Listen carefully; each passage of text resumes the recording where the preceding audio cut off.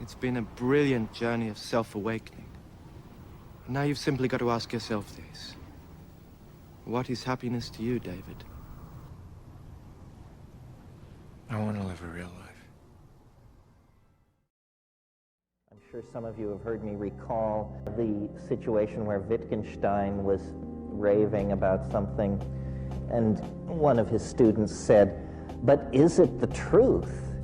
And he said, "Well, it's true enough." And this is really means a great divide has been crossed when you can say that, because it means you understand now that you are no longer a fairy in a Platonic super world, but that you are actually a monkey with a brain full of mush trying to sort out, what's right in front of you. True enough is what we should probably rest with. It's amazing to me. I mean, if you were to meet a termite who stated that his or her goal in life was the perfect modeling of the cosmos, you would think it was quite a comic undertaking. And yet, how different are we that we should presume to more than a shadow of the truth? Linguistic truth, or the truth of language and the illusions that language weaves. Because someone quite intelligent said language was invented so that people could lie. In other words, it gives you that fudge factor of obfuscation where someone says, "Why did you do that?" Well, the best approach is, "I didn't do that.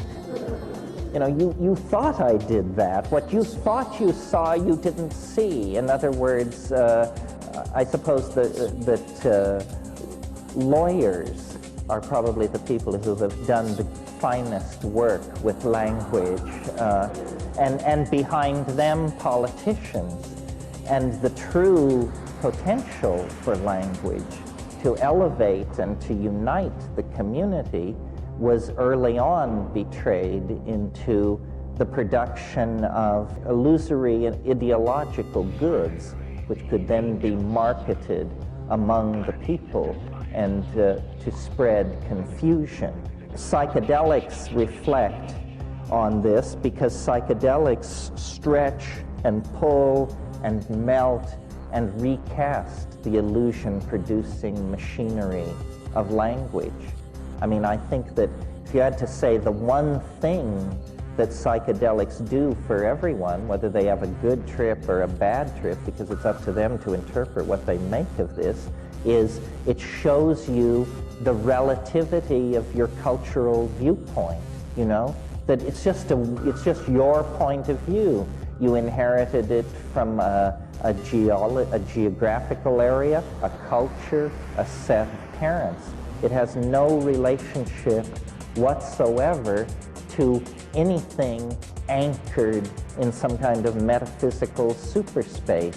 It's just your cultural point of view. And travel actually does the same thing. And I've always felt there was a weird affinity between psychedelics and travel, and I suppose many people have, or we wouldn't call it a trip. But travel shows you the relativity of culture. And what's really happening when you travel, you see, is you're moving from one language domain to another. We don't think of it that way, but that is in fact what is happening. But the corrupting or curious thing about language is that, like all tools, it shapes its user in ways that are not suspected until it's too late. It's not like there is a King's X where graybeards in white coats tend the sacred vestal fires of reality. There is no reality. There are only people who know this and people who don't know this and are therefore being manipulated by the people who do know it. This is true, or true enough.